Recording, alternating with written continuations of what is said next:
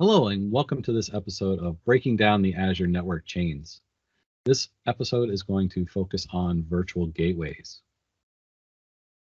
My name is Dwayne Natwick. I am a Microsoft Azure MVP and a Senior Cloud Training Architect at OpsAgility and Skill Me Up. I have over 30 years of IT experience and multiple Azure and Microsoft 365 role-based certifications. I am a Microsoft Certified Trainer and a Regional Lead for the program.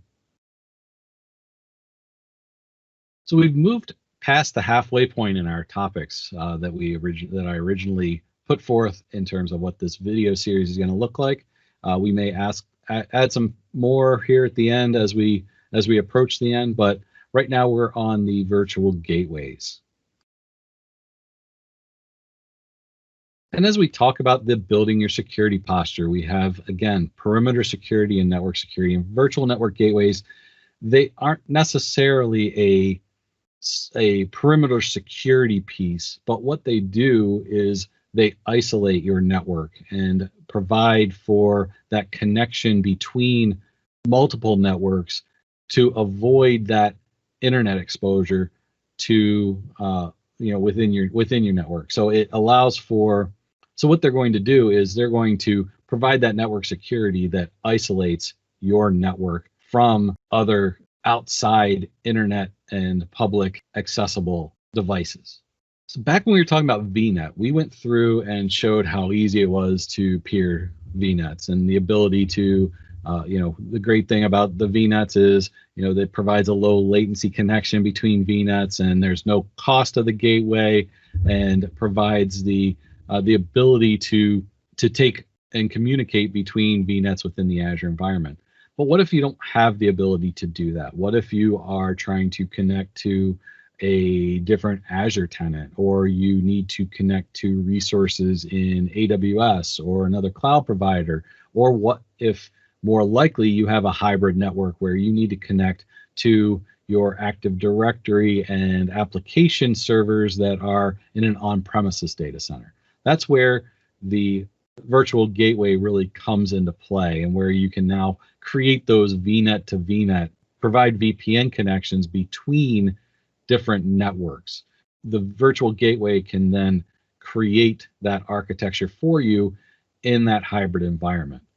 So something to take into account when you're creating that VPN connection is you are creating an IPsec connection between two networks that are not in the same resource group or resource domain, such as an Azure subscription or an Azure resource group, right? So rather than peering where you have zero latency, you are going to have the typical network latency that you have over any kind of WAN connection. The virtual network gateways do carry a cost, just like any appliance, any network appliance might incur, but you allow some additional flexibility around that to connect to on-premises networks and things like that. So there is a cost that you're going to have to bear around the transmission and the cost of the gateway, but it allows that flexibility now to create your hybrid architecture, which we'll talk about on the next slide. So as we look at this reference architecture on this slide, you can see that there is a on-premises network with Active Directory servers that we have our own have a gateway or firewall within that network as well. And then we have the gateway subnet where we have our Azure resources, and we are now connecting to those resources and connecting to that on-premise network through a virtual network gateway. And we're setting that gateway up, and we are then creating the connection between the two, which is now an IPsec tunnel that is site to site between both of those networks. And now we have what appears to be within our environment a flat network from Azure resources to on-premise resources. So let's take a look at how we can set up a virtual network gateway. What we're going to do is we're going to set up a virtual network gateway. It's going to be within two Azure VNets, but they're going to be Azure VNets that are on overlapping IP addresses so they cannot be peered. So let's look at how virtual network gateways work, how we create them, and how we can utilize them to set up a connection between a on-premise network and Azure. So you can see we have a virtual network gateway that's deploying right now. It takes a little while for it to deploy, so we started it before I started the lab. One thing that we can look at here is a couple things that we've done within this environment here off the top.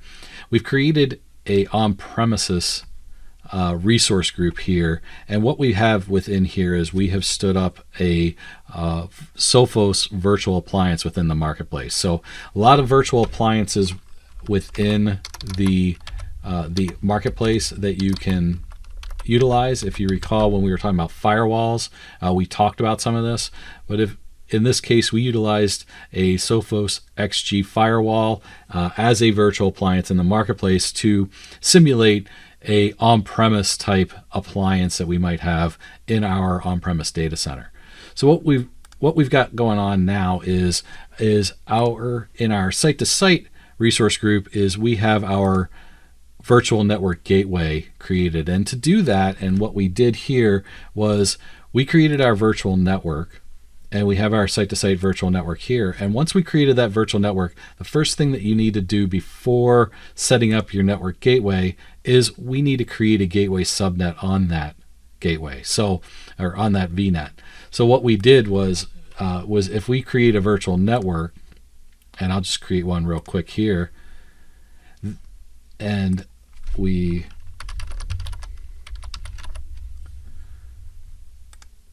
have our IP address and our default subnet. This is not a gateway subnet. And we'll create our VNet real quick, and then I'll show you what we need to do before we go setting up virtual network gateways as well.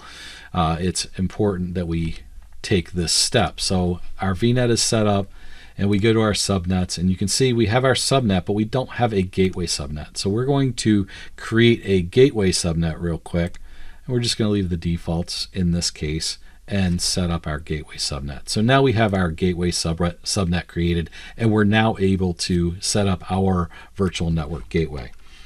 So we're going to go to virtual network gateways, and like I said, we already have one that's deploying right now, but let's show the steps in what needs to be done in creating this gateway. So we're going to create our gateway.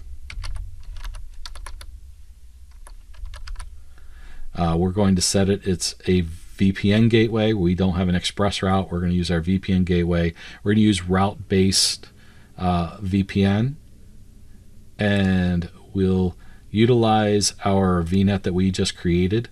The other one has been created in this site-to-site RG VNet. We're going to create a new public IP address and review and create, and that should be all that we need to do to set up our gateway. Like I said, gateways take a little while to create, so we're going to hit create on this gateway as well. We're not going to work with this one in particular going forward. We're going to work on the one that's already on its way to deploying. So we're going to pause this video while this site-to-site gateway that we were already creating is finishing its setup, and then we're going to go through creating that connection between the Azure network gateway and the site-to-site gate, or the on-premise gateway that we created, that's the Sophos virtual appliance.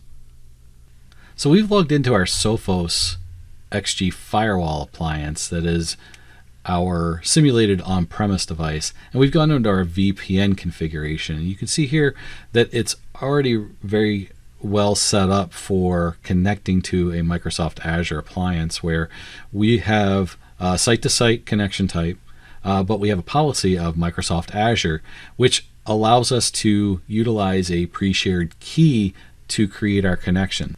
So one of the things, as we configure this deployment in the Sophos gateway, we need to get our public IP address for our Azure gateway. So we're going to put that in here. We're going to select IP address in here.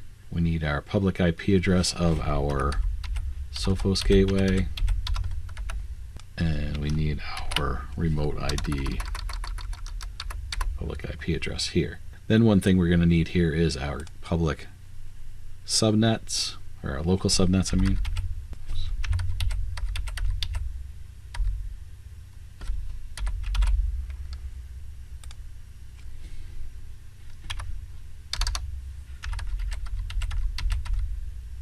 So as you can see, we've added the remote subnet of our Azure gateway into here that we created when we created our subnet. If we look at our address space for this VNet, you can see within our subnets our address space of 172.17.0.0. So that's what we're utilizing here.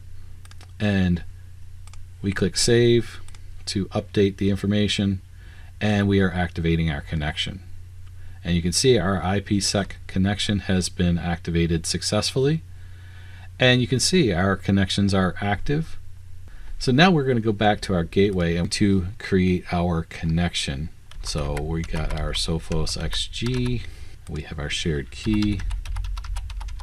We're going to select that this is a site-to-site, and we're going to create a new gateway here. And we're going to enter our Sophos IP address and our address space. We're going to fix this here to be proper IP address. And we're going to click OK. So now we're creating that connection between the Sophos, and our Sophos is actually waiting for that connection on the on-premise side, and now we're just waiting for it to create that connection on the Azure side and initiate that connection and be ready to go. So let's pause a moment while that connection is created. So after a few moments, we have gone back to our Sophos. This was still red. If it is still red after you've created that connection, just click on that dot and it will then force the establishment of that connection. You can now see we have a status active and we have a green connection. So we are all good to go, and we now have our site-to-site. Thank you very much for watching this video. You can connect with me at the social media links provided on this slide, or feel free to access and follow my blog site also provided here. Thank you very much and have a great day.